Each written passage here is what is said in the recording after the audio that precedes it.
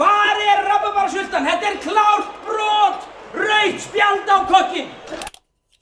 Klukkan 8:30 og það enginn vaknaður. Ég hringi vekjarinn, það snús og aftur snús og aftur snús. Þetta ótrúlegt. En hérna hefur og sjá fætur, dregur sig að speglinum og spaslar í andlitið og kemst í morgumat fyrir lokun. Eftir matinn verður hún að drífa sig með óhreina þvottinn í þvottahúsið. En nei, hún finnur bara ekkert í draslinu í herberginu. Hún nær ekki að fara með þvottinn í þetta sinn. Það verður 3. vikan í röð sem það tekst ekki. Það verður bara kósíkafli næstu daga. Eftir kvöldmat það bara easy. Horfi á þætti eða Netflix og chill. Hvar Júlli? Klukkan orðin 12, fara að sofa, ég held ekki. Skólinn byrjar ekki fyrir ekki 9 á morgnana, nóttin löng, ég ung og lífið núna!